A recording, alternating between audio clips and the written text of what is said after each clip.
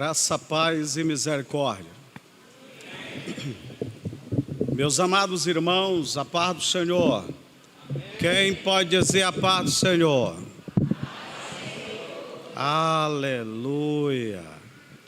Louva a Deus pela vida dos irmãos, pela direção, presidência do conselho, os demais que fazem parte deste seleto grupo, o pastor Adriano Menezes, pastor da Igreja de Deus Semeador, que está nos recepcionando.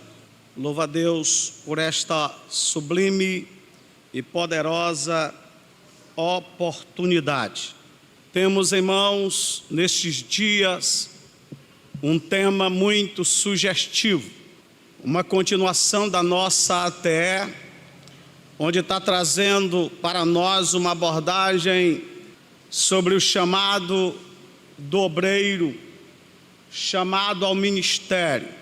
Você vem comigo que este tem sido um dos assuntos pouco falado no que diz respeito à igreja, e tem causado um grande problema em nossos dias.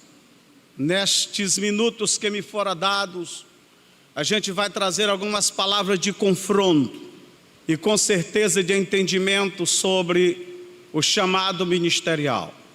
Sem mais delongas, abra a tua Bíblia na carta de Paulo aos Efésios, capítulo de número 4, a partir do verso de número 10. Diz assim: aquele que desceu é também o mesmo que subiu acima de todos os céus, para cumprir todas as coisas. E ele mesmo deu uns para apóstolos, e outros para profetas, e outros para evangelistas, e outros para pastores e mestres, noutra versão, doutores, querendo o aperfeiçoamento dos santos, para a glória do ministério, para a edificação do corpo de Cristo. O chamado para o ministério é, sem sombra de dúvidas, um dos assuntos mais relevantes para a igreja. Pelo fato de ser pouco explorado nestes últimos tempos, temos mergulhado em uma banalidade dos ministérios, especificamente do ministério pastoral. Uma pessoa não pode trazer uma mensagem bonita, ele não pode citar alguns versículos da Bíblia Sagrada, ele não pode fazer uma oração inspiradora, ele já é chamado de pastor, de pastora, de pastorinha ou de pastorzinho. Reconheço que quem chama para o ministério é o Senhor, mas também reconheço que muitos têm se atravessado diante deste chamado. Sou ciente que cada chamado vem carregado de sentimentos e é composto por uma gama de experiências individuais e coletivas, que raramente obedece a uma ordem, que raramente está sujeito a critérios, que raramente está debaixo de uma norma, autoridade eclesiástica. Sempre a resposta recebida sobre o chamado de Deus está ligado por experiências pessoais, como: eu tive um sonho, eu tive uma revelação, eu recebi uma profecia, alguém falou comigo, alguém me disse acerca deste chamado. Eu me recordo de uma historinha que sempre é contada pelos pastores, de um irmão que nem evangelizava na igreja, não participava de nenhuma atividade de evangelismo na igreja, nenhuma convocação para evangelismo, e chega o pastor: eu tive um sonho com 3 letras que aparecia no céu, VPB. E o pastor disse: o que é que você pensa ou interpretou acerca disso? Eu interpretei que o Senhor está dizendo: vai para a Bolívia. E o pastor disse: eu não duvido do sonho, não tenho dúvida da sua palavra quanto ao sonho, mas eu tenho dúvida da interpretação. Não é vai para a Bolívia, é vai plantar batata. A Bíblia cita muitos exemplos de pessoas que foram convocadas por Deus. Desde 2022, a gente está escrevendo um livreto com o nome Convocando os Vocacionados. Descubra se você faz parte desta convocação. Eu acho que até junho nós vamos estar lançando ele. Dentro dessa proposta, vamos trazer uma luz sobre convocação e vocação, na perspectiva de quem chama o vocacionado. O que é, pastor, vocação? E o que é convocação, que é o chamado? Efésios 4:1 diz: rogo-vos, pois eu, o prisioneiro do Senhor, que andeis como é digno da vocação que foste chamado. A vocação tem a ver com aquilo que nós somos, nossos gostos, nossas aptidões, nossas inclinações, nossos talentos, nossas habilidades natas. Trata daquilo que naturalmente amamos fazer. Fazermos bem ainda traz uma realização e prazer naquilo que fazemos. É o que a nossa vontade e competência nos leva a praticar. É uma capacidade específica que nos inspira. Isto é vocação. Pense num camarada. Como é que Deus vai trabalhar, vai chamar um camarada para o seu ministério que ele tem a vocação de preguiçoso? Não se encaixa. Como é que Deus vai chamar um camarada para o ministério que ele não tem nenhuma vocação evangelística? Como é que Deus vai chamar um camarada para o ministério se este camarada não tem nenhuma vocação de comunhão, de convivência com as pessoas? Normalmente é uma vocação que nos leva a fazer uma escolha, muitas vezes acadêmica, muitas vezes profissional. Além disso, podemos ter vários outros tipos de vocação, como interpessoal, esportiva, social, socorro, né? Tudo isso para ajudar as pessoas a identificar melhor. Muitas vezes essas vocações é feito até um curso de aptidões. As empresas têm procurado e fazendo essas coisas. O que é chamado ministerial, pastor, está acima de todas estas descobertas de aptidões. Nada mais é do que uma convocação divina a uma pessoa para um trabalho específico, com dedicação total, realizando as obras do reino de Deus aqui na terra. O chamado é feito em cima das aptidões espirituais que conduzem o indivíduo à direção ao seu trabalho, à sua proposta divina. E o que é ministério, pastor? Tem algumas palavras gregas que você se depara com ela, né, que é muito mais comum, que é citados pelos pregadores, como doulos, que é de serviço, diáconos, que é de serviço, doulos, que é de servo, diáconos, que é de serviços, leitor gugos, que vem de ministro. São termos que significam cargo, incumbência, comissão, serviço, compromisso. Mas o vocábulo certeiro que a Bíblia nos dá, que está lá em 1 Coríntios capítulo 4, sobre ministério, vem de um vocábulo muito mais preciso acerca disso. Estes vocábulos que eu digo para você, só no Novo Testamento ele aparece 8 vezes. 8 vezes se destacam como esse documento, apenas 3 vezes na parte de substantivo. E 8 vezes está locado na parte verbal.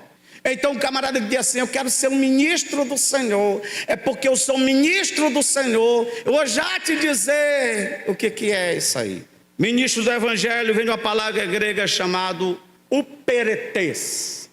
E o que é isso, pastor? Uperetes.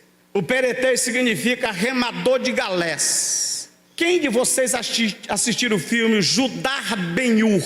Foi o filme de maior número no seu primeiro lançamento, de ganhador de estatueta do Oscar. Foi relançado agora não com tanta ênfase como foi no primeiro lançamento. Conta a história verídica da invasão de Jerusalém. Uma família nobre de Jerusalém é acusada pelo fato de eles entrando, vendo as marchas dos soldados romanos entrando em Jerusalém. Uma telha cai e todo mundo daquela casa é chamada, porque cai em cima de um dos generais. E aquele camarada, líder da família nobre, ele é condenado a escravo, a prisão perpétua, e um das castigos da prisão é levado para os navios de guerra. Como naquele tempo não havia motor nem nada, qual era o motor do navio de guerra? Eram os remadores no porão do navio. O camarada sentava junto com um ou dois naquele remo, passava uma corrente pelo um elo de ferro na sua canela, passava por todos eles, e ele era preso ali. Ele só podia comer quando era liberado, só podia ir ao banheiro quando era liberado. Ele não podia remar do jeito dele, não podia parar de remar se não fosse mandado. Havia um camarada batendo no tambor do lado, que a marcha do navio era a marcha dos remos. Sabe quem esse camarada é identificado? Ministro, remador de galés. Ele não pode sair dali. O destino de um remador de galés é a morte. Ou vence a guerra ou morre. Ou vence a guerra ou o navio afunda. Tem alguns propósitos sobre isso, meu irmão. Quem põe a mão no arado, quem se propõe a entrar no ministério, está acorrentado em um compromisso eterno. Quem está comigo aqui? Num compromisso eterno. Você só pode remar na batida do Espírito Santo, e o barco que você está conduzindo para esta guerra é a igreja. Quem é o capitão do barco não é você. Quem é o capitão do barco não sou eu. Quem é o capitão do barco é o general, o poderoso nos exércitos. Que corrente é essa, pastor? É o compromisso meu e de você. É a palavra que é dada. Muitas pessoas estão no ministério pelos louros do ministério. Muitas pessoas estão no ministério pelos aplausos do ministério, pela honra do ministério. Ei, não é isso.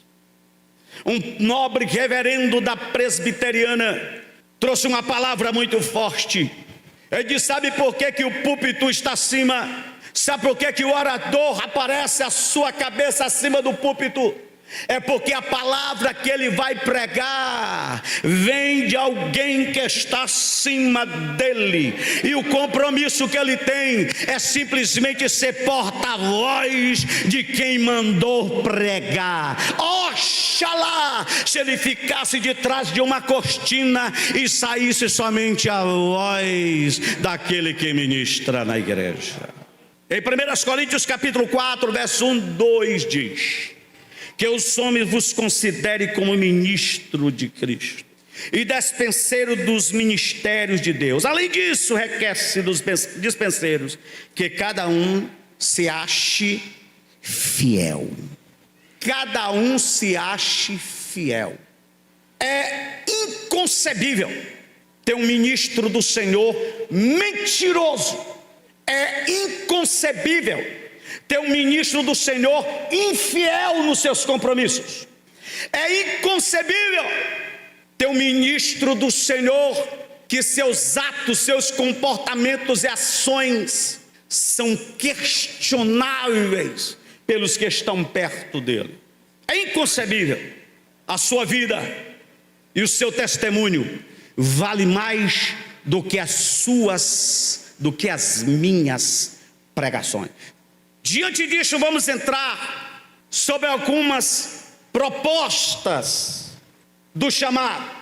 A ordem do chamado é totalmente diferente do que eu e você temos aprendido no caminho. Tem camarada que aceita Jesus como Salvador, não sabe nem chamar Deus e nem Jesus, não sabe nem os passos da salvação, não sabe nem as doutrinas elementares da fé. Estou muito triste, não me estão consagrando, não estão me vendo o meu ministério, eu quero ir para o ministério. Me vem cada coisa aqui na cabeça. O primeiro chamado de Jesus, o primeiro chamado de Deus é para ser filho, meu irmão.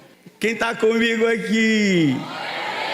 É para ser filho, meu irmão. Este é o primeiro chamado. Segundo João capítulo 1, 11 e 12, ele veio para o que era seus, e os seus não receberam, mas todos quantos receberam, ele deu-lhe o poder de quê?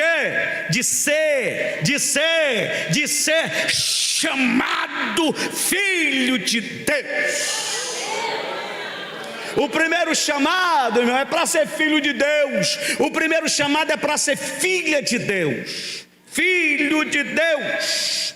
Nas Escrituras Sagradas, esse entendimento precisa se ter em nossos corações. O primeiro chamado de um homem, de uma mulher, é para o relacionamento. É para relacionamento, é para você estar perto, estar ligado, é ser amigo, é estar próximo dele. O segundo chamado de Deus para o homem é para ser santo. Tem muita gente que acha um absurdo isso, confundindo santo com perfeito. Eu não sou, nós não somos, Cristo é, estamos seguindo, estamos caminhando para lá. Mas o segundo chamado de Deus é para sermos santos. Quem é filho de Deus e filha de Deus aqui? O segundo chamado é para ser santo. A santidade, ela é tridimensional. A primeira santidade é a santidade posicional. Quem aceita Jesus como Salvador, passando pelo Calvário, ele tem a santidade posicional.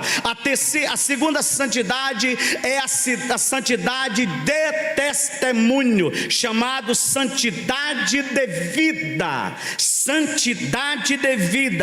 A primeira pelo sangue, a segunda pela palavra. O terceiro aspecto da santidade é a santidade real, quando este corpo corruptível se revestir da incorruptibilidade, quando este corpo mortal se revestir da imortalidade. Tragada foi a morte pela vitória. 1 João 3,2 diz: amados, agora somos filhos de Deus, mas ainda não se manifestou o que havemos de ser, mas seremos semelhante a Ele, porque assim como Ele é, o veremos.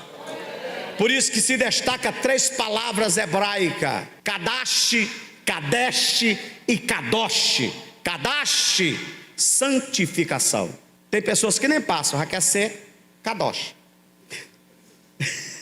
Já quer ser Kadosh. Segundo é Kadesh. Kadosh, Calvário. Kadesh, vida. Kadosh é essa compra que Jesus nos fez. Amém? Separado e vivendo e nele. E nele. E nele. E nele. Amém ou não amém? O crente no Senhor é filho, e agora separado por Deus e para Deus, e pelo Espírito Santo desfruta de uma posição santa diante de Deus. Por isso que Pedro, na sua primeira epístola, no capítulo 1, 15 e 16, ele diz: como é santo aquele que vos chamou para filho, sede também santos em toda a vossa maneira de viver. Porquanto está escrito: sede santo, porque eu sou santo. Quem pode dar glória a Deus? Glória a Deus, glória a Deus. A santidade no crente não é, ela não é, como dizer assim, eu vou pensar, eu acho que eu vou pensar, eu acho que eu não vou optar por isso, não. Santidade de crente não é uma opção, santidade de crente é regra, santidade do cristão é regra. Você pode dar glória a Deus por isso? É regra, é regra. Não tem esse negócio, não, é regra, meu irmão. É santo, meu irmão. Tem que ser santo. Eu vi uma frase muito forte de um irmãozinho que dizia assim: pastor, aqui em casa todo mundo é crente. Eu disse, estava só ele e a esposa, já os filhos tinham casado e saíram. Eu disse, a irmã é crente. Não, eu falei, foi todo mundo, pastor. Aqui todo mundo é crente. Todo mundo é crente. Esse cachorrinho não dá passando de outro porque ele não sabe falar. Aqui todo mundo é crente. Meu cavalo, meu facão, minha espingarda, tudo é crente. Por que que ele disse isso? Porque a Bíblia Sagrada diz que eu sou santo e onde eu tocar, abençoado será. Parece um exagero, mas você não pode mexer com isso não. A consciência da santidade deve estar latente dentro de nós. O terceiro chamado, ser discípulo de Jesus, é aprender de Jesus e ser seu imitador. No tempo de Jesus, o discípulo era um aluno que estava aprendendo a ser como seu professor. Jesus mandou fazer discípulo de todas as nações. Em João 8, 31 e 32, Jesus dizia, pois, aos judeus que criam nele: se vós permanecerdes na minha palavra, verdadeiramente sereis meus discípulos e conhecereis a verdade, e a verdade vos libertará. Encontramos na Bíblia 9 vezes a palavra crente. 9 vezes a palavra crente. Eu sou crente 9 vezes. 9 vezes. Cristão, pastor, 3 vezes. 3 vezes. Eu sou cristão. Você sabia que a igreja, eu não posso dizer que eu sou cristão? Quem diz que eu sou cristão é a cidade de Parnaíba. Quem diz que eu sou cristão é meu vizinho ímpio. Quem diz que eu sou cristão é o incrédulo. É ele quem identifica.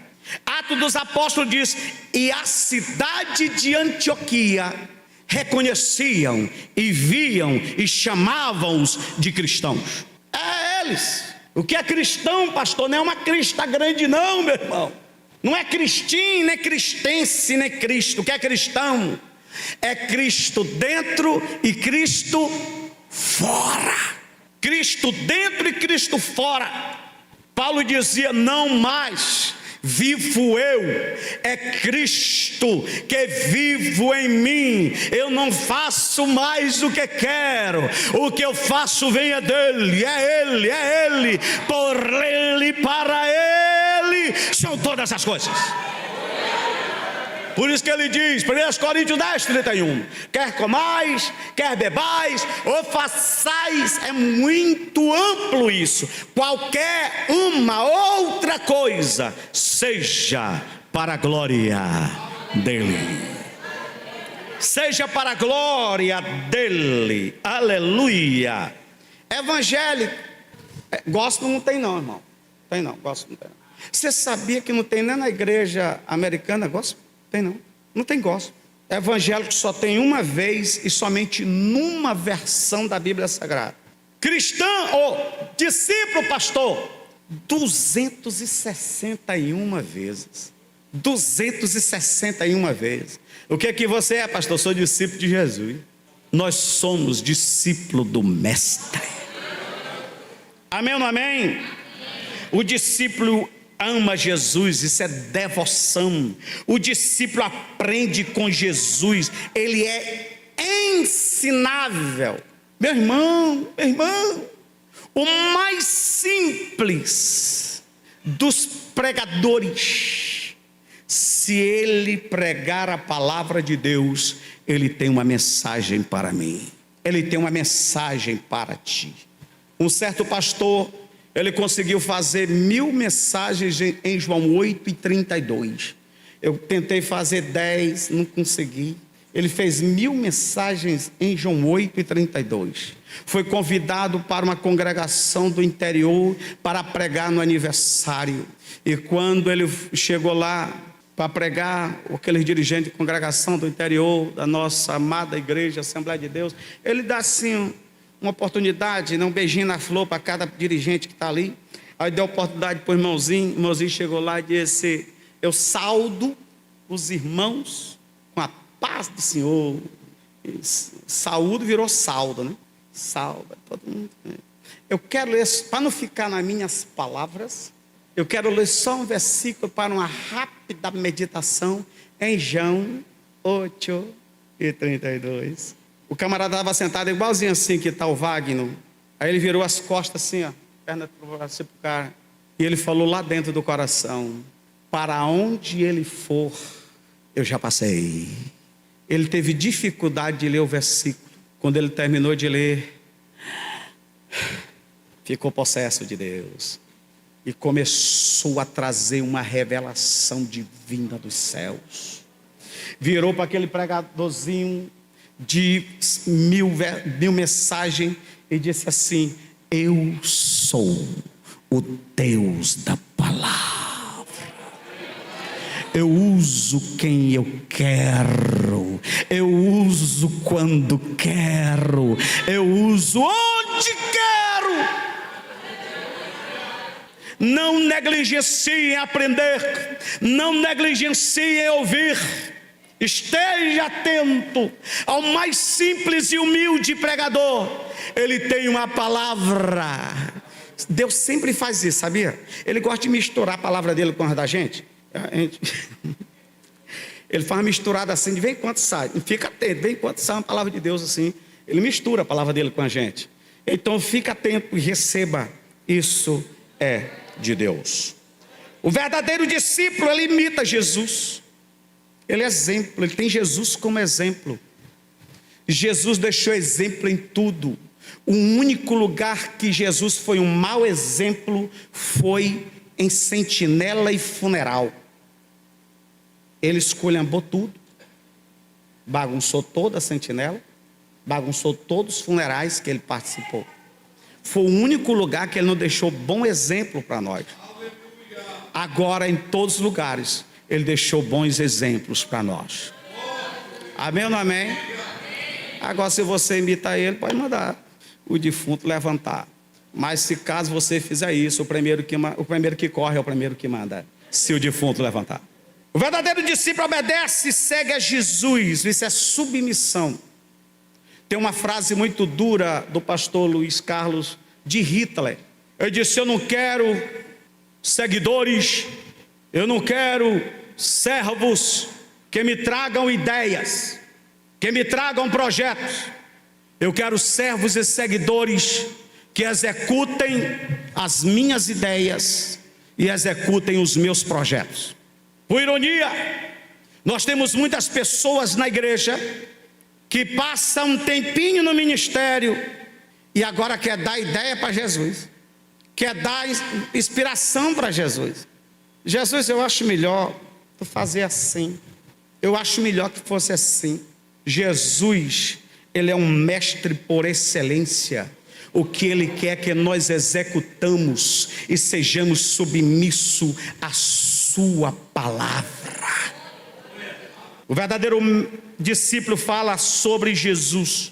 Nós temos falado mais das nossas igrejas, nós temos falado mais dos nossos dons, nós temos falado mais das nossas vidas. Tem pessoas que as suas vidas é um testemunho, não consegue mais testemunhar. Meu irmão, se você contar para o mesmo público o teu testemunho 3 vezes, na terceira vez eu vou balançar a cabeça assim, ó, de novo. Você pode pregar Zaqueu 10 vezes durante o mês. Se é a palavra de Deus, ei, tem alguém por trás para respaldar a palavra. A tua palavra, precisamos ter muito cuidado acerca disso. Que tipo isso? Como? Prega a Bíblia, prega a palavra, pregue a palavra de Deus. nem sonho, nem revelação, até mesmo experiência de vida, não é nada diante da palavra de Deus. Palavra de Deus, palavra de Deus. Eu quero dizer mais forte: as nossas revelações, revelamento, visagem, não passa de lixo no canto de pia, não vale nada diante do poder soberano da palavra transformadora do Evangelho. Palavra de Deus, palavra de Deus, aleluia. Pregue ela. Pastor, eu não sei, leia, meu irmão. Eu não sei ler, ouça, meu irmão. Busque na palavra. Eu tenho ficado assustado. Eu não gosto de dizer isso. Eu já li a Bíblia algumas vezes, toda a Bíblia. Meu primeiro livro que li foi a Bíblia Sagrada. Eu fui castigado pela minha mãe. Sabe, é castigado? Você sabe o que é castigado? Mamãe, já sei ler. Ela me trouxe a Bíblia. Está aqui, meu filho. Leia a Bíblia. Eu quero que tu leia a Bíblia toda. E eu...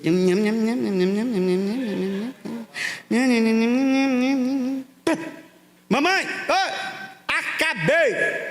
E aí, acabei todinho. Chega no Apocalipse. Toda. Acabou, né? E aí? Não, você não mandou ler? Foi. Só isso, foi. Lê de novo. De novo, mãe. De novo. Eu pensava que ela me dá pelo menos um sabonete Febo. E eu...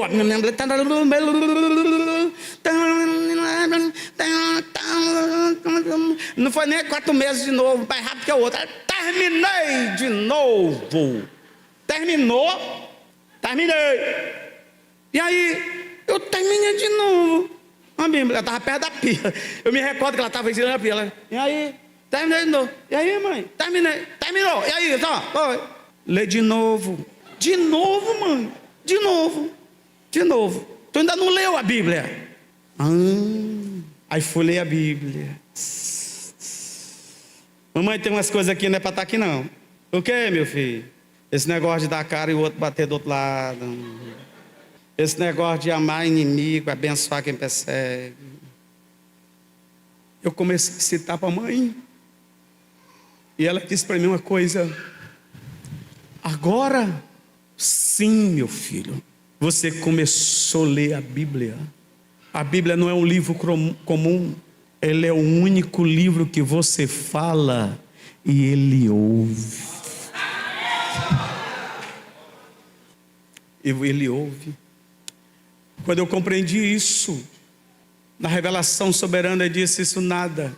A proposta de Jesus, a proposta da Bíblia é que você seja perfeito. Não é santo, perfeito. Como é perfeito aquele que te chamou. Perfeito. O verdadeiro discípulo tem relacionamento horizontal.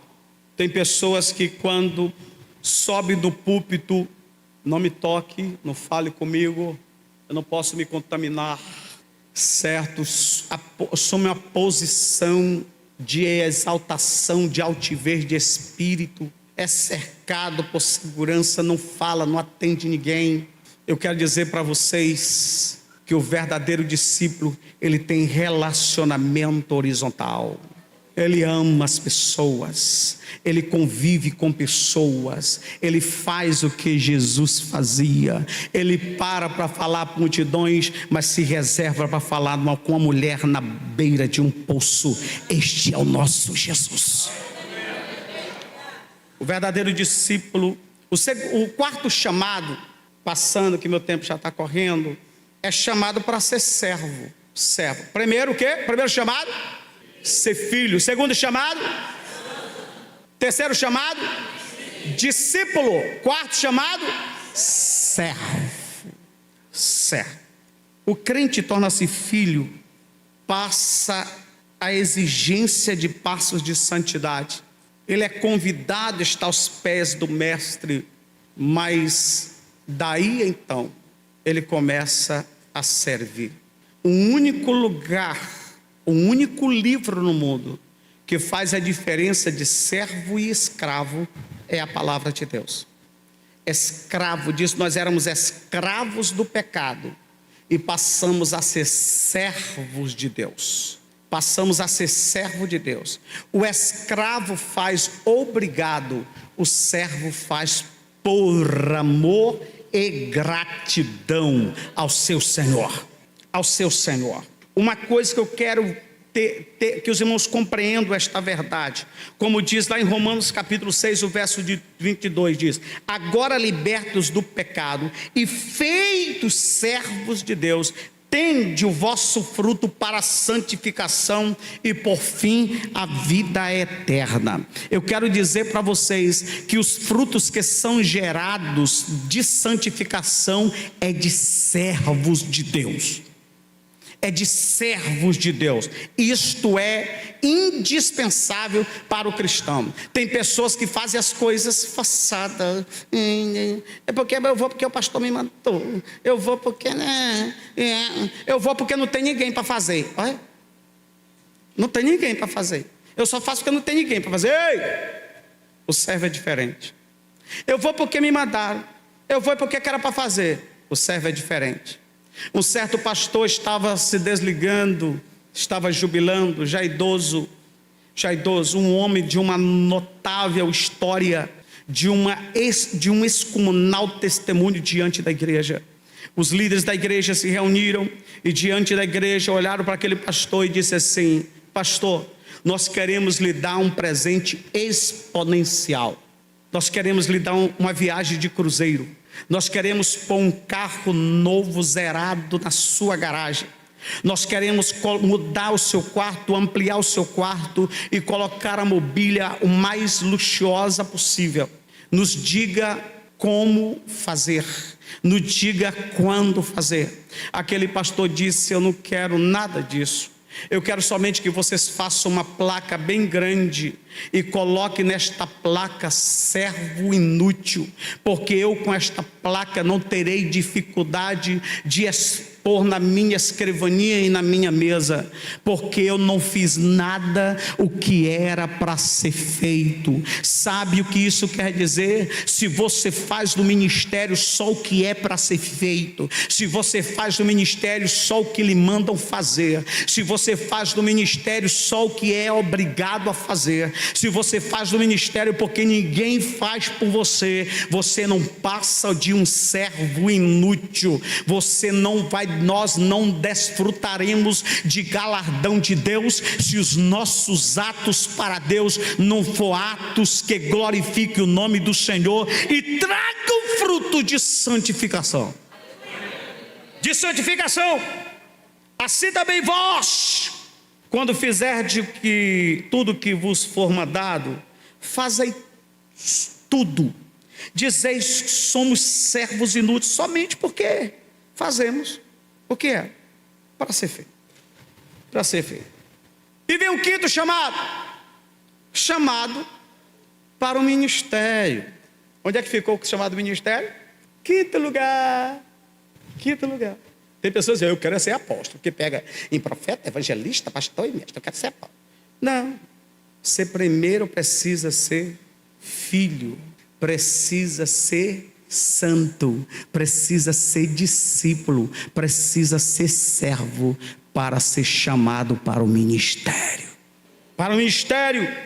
João 15,16 diz: não foi vós que escolherdes a mim, mas foi eu que escolhi a vós e vos nomeei, para que vades e desfrutem, o vosso fruto permaneça, a fim de que tudo quando pedirdes ao Pai em meu nome, Ele vos conceda. Precisamos ter esse posicionamento. Enviado, eu quero trazer este conceito para você, muito forte. Jesus só chama amigos. Eu quero que, se você não ficou com nada, fique com isso. Jesus só chama amigo. Jesus só convoca amigos. Jesus só convoca amigos. Se Jesus só convoca amigos, quem Ele chama sabe quem Ele é. Quem Ele chama sabe o que Ele pode. Quem Ele chama sabe o que Ele faz. Quem Ele chama conhece o poder das suas palavras. Conhece o poder da sua palavra? Eu vi um testemunho, já contei até na igreja lá, testemunho muito forte de um pastor. Ele disse: resolveu passar a noite em oração com a esposa, à noite, orando por um determinado problema, uma determinada família, à noite, orou a noite toda. De manhã cedo do quarto, por volta de umas 4:30 para 5 horas da manhã, ele colocou um som no quarto e resolveu dançar com a esposa dentro do quarto, depois de uma noite de oração. Ele estava dançando e de repente ele para a dança, bailando, com uma voz forte no seu coração, diz assim: veste a roupa, vai no sacolão. Sacolão, senhor, hora dessa? E no sacolão, fazer o que no sacolão? Vai no sacolão. Aí ele foi, vestiu a roupa e foi no sacolão, dando tinha aberto. De repente a senhora vem, abre as portas do sacolão, senta no caixa, ali na frente do sacolão. E ele: Senhor, vamos falar com essa mulher, Senhor, me dá a palavra, meu Deus. O que é que eu vou dizer, Senhor, para essa mulher? Senhor, eu não sei o que falar, o que eu estou aqui, Senhor. O sacolão aqui, Senhor. Aí de repente chega uma senhora idosa, puxando o carrinho, ali, entra no sacolão, vai lá dentro, pega as coisas necessárias para o café, algumas coisas para o almoço, e volta, chega no caixa, coloca as coisas em cima do balcão do caixa, e a mulher vai passando o caixa, ela fala bem baixinho para a mulher do caixa assim: eu não tenho dinheiro não. A mulher olha para ela, ia passando, voltou, olha para ela, e o Senhor disse assim: foi para isso que eu te trouxe. Ele meteu a mão no bolso, tinha R$300, ele disse: meus 300, ele botou, foi lá perto daquela senhora e disse: volte, encha o carrinho do que você está precisando, coloque tudo nesta compra. Ele falou com tanta autoridade. A mulher voltou lá dentro do sacolão, começou a encher. Ele pegou os R$300 e deu para a menina do caixa. Ele disse: paga a conta dessa mulher, o que sobrar tu dá para ela de troco. E ela se perguntar quem foi, diga que foi um amigo do Senhor Jesus. Foi embora. A mulher chegou espantada com tudo aquilo e passou os carros. Quando foi pagar, disse: quem foi? Disse: foi o amigo do Senhor Jesus que pagou a conta e está devolvendo o troco para você, que o dinheiro que ele deu mais do que a compra que você comprou. Aquela senhora idosa levantou a mão e disse: glória a Deus, glória a Deus, glória a Deus. A menina do caixa disse: o que foi que aconteceu? Não, de manhã nós dormimos sem o jantar, não tinha nada para o café, nada para o almoço. Eu disse: Jesus. E ele disse: vai para o sacolão, que eu estou mandando meu amigo para pagar a conta desta manhã.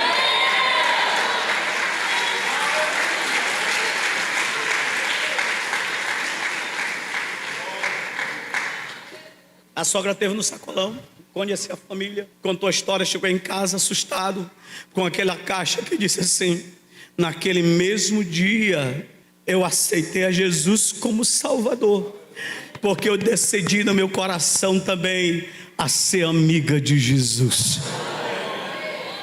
Então Jesus só convida amigos. Aquele pastor entrou em prantos quando a sogra falou isso para ele.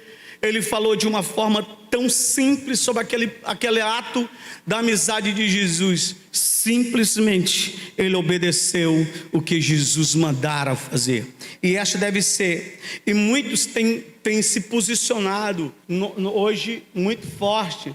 Ah, pastor, esse negócio de ser pastor já está atrasado. Eu quero ser apóstolo. Eu quero ser apóstolo. E tem trazido uma confusão nessa proposta do ministério. Eu não vou falar sobre isso aqui, porque alguém vai falar sobre o ministério apostólico, ministério profético, ministério do evangelista, pastoral e do mestre. Alguém aí está na lista que vai estar falando sobre isso. Agora eu quero falar sobre alguns segredos da vocação e convocação. Eu tenho aí 10 minutos. A vocação não é algo que criamos. A vocação, ela vem de Deus, muitas vezes até no nascimento, e isso deve ser compreendido. O primeiro segredo é o Espírito de Deus que vocaciona para o chamado. É o Espírito de Deus que fala com o meu espírito. É o Espírito de Deus que nos move e que nos vocaciona para o chamado. Este é a proposta. Eu sou de uma família de pastores, Nós viemos de um tempo muito difícil no ministério pastoral, tanto como o Genivaldo, que era o mesmo tempo do pai dele do ministério. Eu me recordo que desses tempos difícil financeiramente, a minha mãe escaldava feijão envenenado da Imater, que era doado para plantio, escaldava, cozinhava, colocava farinha de seca com azeite de coco e fazia capitão para nós. Quando ela botava no prato, ela orava e repreendia todo o poder da morte, daquele veneno, para não trazer nenhum mal para nós. Eu quero dizer para vocês, já pedi para muita gente, algumas irmãs da igreja, mas ninguém faz um capitão como a minha mãe fazia. Eu não sei se ela cuspia no capitão. E a palavra de Deus é muito clara acerca disso. É o Espírito de Deus que vocaciona. Morava na cidade de Imperatriz com um casal de idosos, com as irmãs orando à tarde em casa. Eu passei na rua, tinha uma oficina de serralharia, passei na rua, entrei em casa para beber água, bem devagarzinho, fui tocado, me ajoelhar de trás de um madeirite, e quando eu estava orando, uma irmã chamada Cassandra levantou do meio daquelas irmãs e me deu uma palavra de chamada para o ministério. Eu tinha 13 anos de idade. Pelo sofrimento do meu pai no campo, eu não quero isso para mim. 18 anos depois, 5 anos depois do chamado, uma irmã chamada das Dores, irmã do pastor Antônio Piauí, os dois de saudosa memória, que foi pastor aqui em Parnaíba. Nós estávamos na casa dela, eu e o pastor Salles, filho da irmã Teodora aqui de Parnaíba.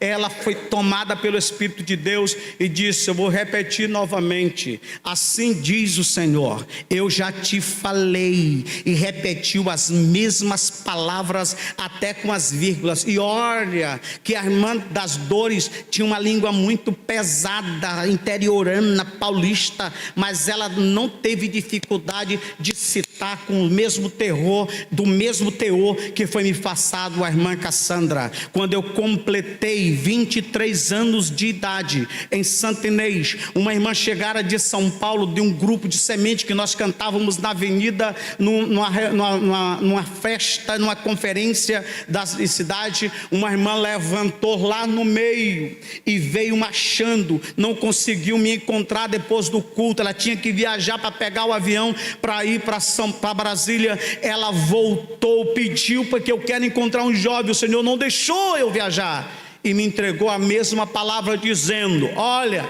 já é a terceira vez, agora chegou o tempo. Se eu não tivesse o cuidado, eu tinha me precipitado aos 13 anos, eu tinha me precipitado aos 18 anos, mas chegou o tempo de Deus. Um ano depois, eu casei com a menina mais linda que eu achei nesse mundo, e com 5 dias nós estávamos embarcando para um campo missionário e para uma tribo indígena chamada Apixana, na fronteira com a Venezuela. E eu quero dizer para vocês, nestes 31 anos de pastor, até aqui o Senhor tem nos abençoado.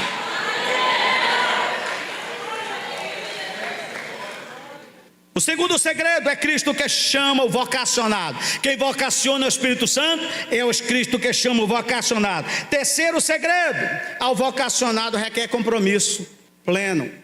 Eu vou dizer uma coisa muito pesada para vocês e causar tristeza para alguns. Tem algumas pessoas que elas podem ser condenadas vivas.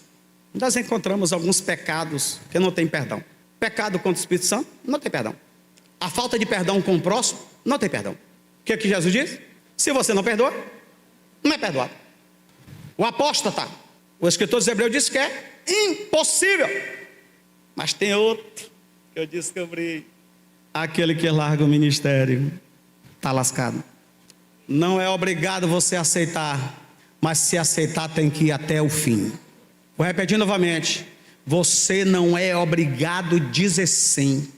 Jeremias sabia do peso. Jeremias, eu te escolhi, vou nada. Jeremias, eu te chamei. Vou nada sem nem falar. Eu sou menino. Não diga que é menino, Jeremias. Vem aqui, Jeremias.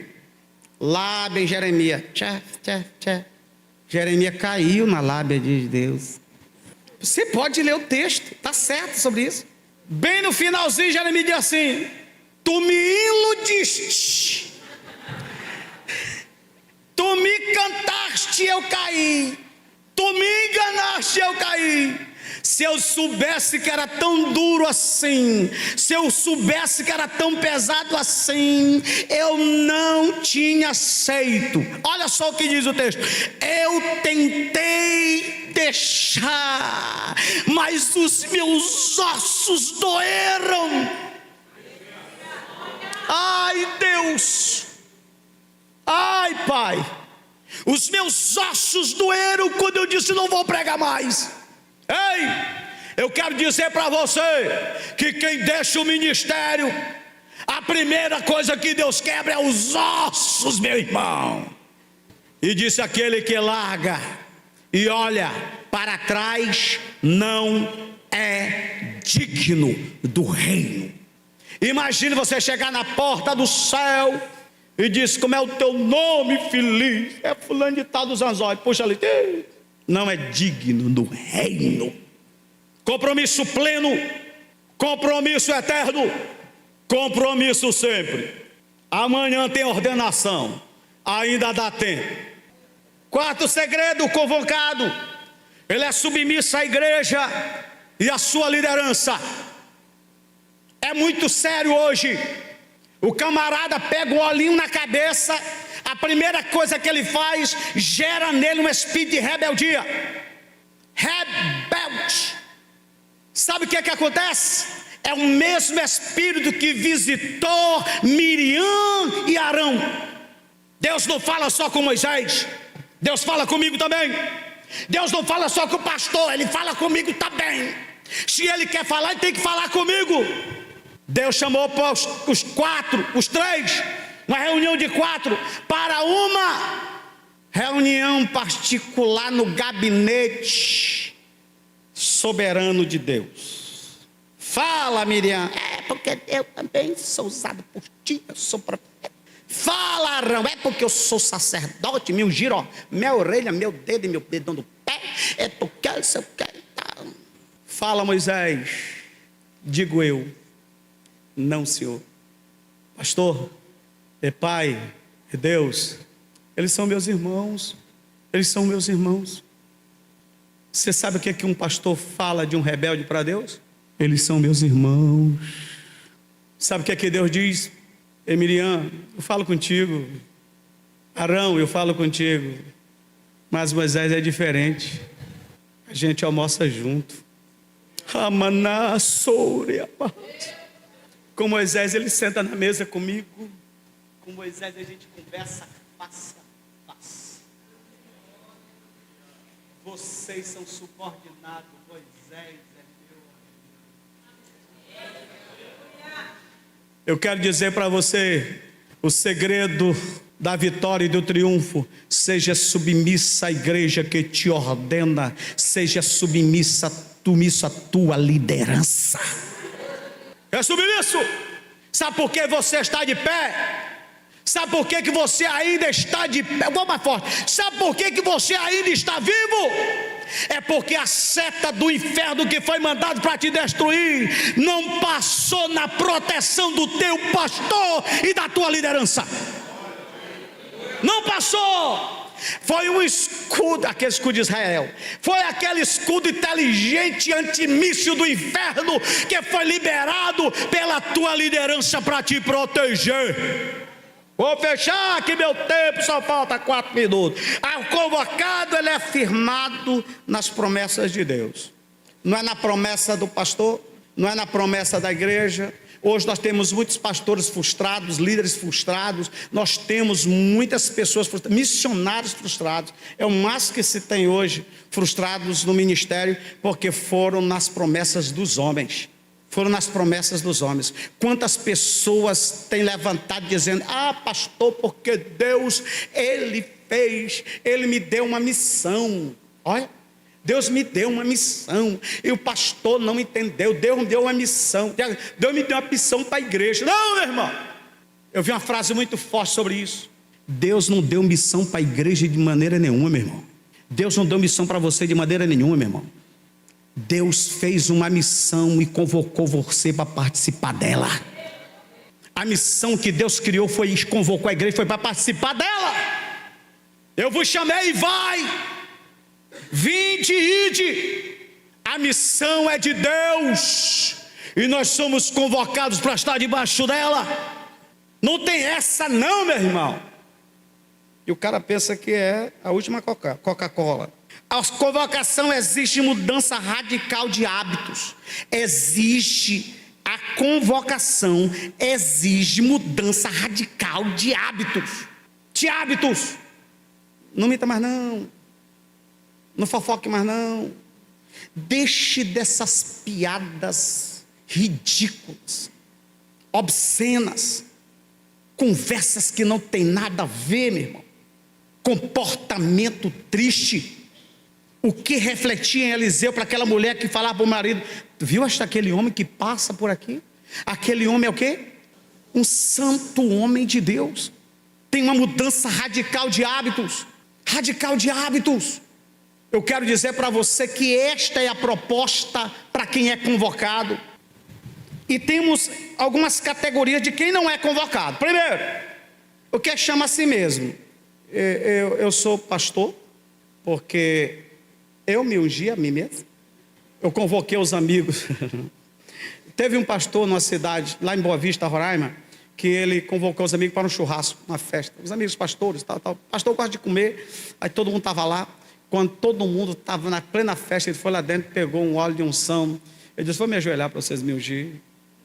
Os pobrezinhos que tinham comido a carne, foi o jeito de ungir o bichinho. Eu quero dizer para você, aquele que chama a si mesmo, Deus não se compromete com ele.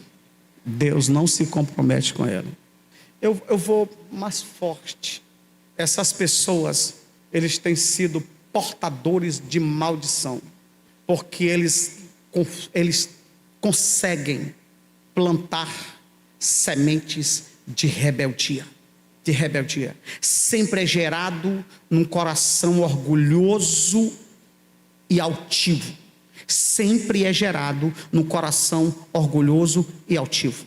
Uma vez eu falando para uma senhora acerca disso, e ela disse: eu não sou orgulhosa, não, eu não sinto isso. Eu disse: orgulho é como um mau hálito, só quem sente é os outros. Segundo, que não é convocado pelo Senhor, é o que é chamado pelos parentes. O que entra no ministério para a satisfação de um ente querido, porque seus parentes entendem ser ele a continuação da família, ou seu avô pode ter lhe contado, tinha um desejo muito, muito grande lá no leito, disse assim: meu neto, tu tem que ser pastor, porque eu desejo muito que isso. Tu promete se eu morrer? Tu vai ser? Prometo. O bichinho vai ser pastor. Não tem chamado, tem nada. Foi forçado pela família a ser pastor. A ser pastor. O que foi chamado por gratidão e recompensa no ministério. Esse irmão trabalhou muito para nós. Esse irmão tem sido uma benção aqui na igreja. Então, rapaz, de ungir, é pastor. O bichinho não é pastor não é pastor. Ele faz até um trabalho abençoado de diácono. Mas se consagrar ele a presbítero, ele nunca vai ser um presbítero. Ele vai ser mais um presbítero. Ele nunca vai ser um presbítero. Ah, pastor, mas eu queria ser pastor. Um dia ele é pastor? Nunca. Ele passa a ser um pastoreco. Pastor? Nunca. Nunca se consagra por gratidão, por uma atividade ou afeição pessoal. Não é bíblico isso. Não é reconhecido isso. Cada qual no seu cada qual. O outro que é chamado por Satanás. Tu sabia que tem pessoas que é chamada por Satanás para o ministério, porque a proposta do Satanás é ter um agente no meio do ministério. No meio do ministério. Eu vi uma frase do pastor Estevão de saudosa memória, um dos ícones da Assembleia de Deus do Maranhão. Ele dizia assim: o meu maior medo não é forte isso, quem os nossos pastores indicam. O meu maior medo é quem Satanás indica. indica o que foi chamado precipitado. Ele atravessou no tempo, ele entrou no tempo e causou este mal. Esta é uma palavra fiel. Se alguém deseja o episcopado, excelente obra deseja. Eu quero concluir com 4 conselhos. O primeiro conselho: sensibilidade e discernimento quanto à fonte de voz interior do chamado para o ministério. Se é do Espírito do Senhor, se é do espírito do homem, ou se é do espírito imundo mentiroso. Tem 3 vozes que falam no homem. Nós precisamos ter esse discernimento espiritual. O segundo conselho é: o vocacionado que tem dúvida quanto ao seu chamado, ele criará dúvida na mente dos seus ouvintes quanto ao chamado de Deus. Terceiro conselho: o não vocacionado e não chamado por Deus provocará muitos problemas em sua própria vida, na sua família e na igreja, e ele causará dano permanente nos seus seguidores. Quarto conselho: entrar apressadamente no ministério, fora do tempo do chamado de Deus, é iniquidade. Vou repetir novamente: entrar apressadamente no ministério, precipitadamente no ministério, fora do tempo do chamado de Deus, é iniquidade. Deus não achou pecado no coração de Satanás. Deus achou iniquidade. É o mesmo que pisar no solo sagrado, de pés sujos, com consciência cauterizada pelo orgulho e descalçados pés da preparação do Evangelho. 2 Timóteo 2,15: procura apresentar-te a Deus aprovado, como obreiro de que não tem de que se envergonhar, que maneja bem a palavra da verdade. Colossenses 3, 23 e 24: tudo que fizerem, façam de todo o coração, como para o Senhor, e não para o homem, não para os homens, sabendo que receberão do Senhor a recompensa da herança. É a Cristo Senhor que vocês estão servindo. Muito obrigado e que Deus abençoe.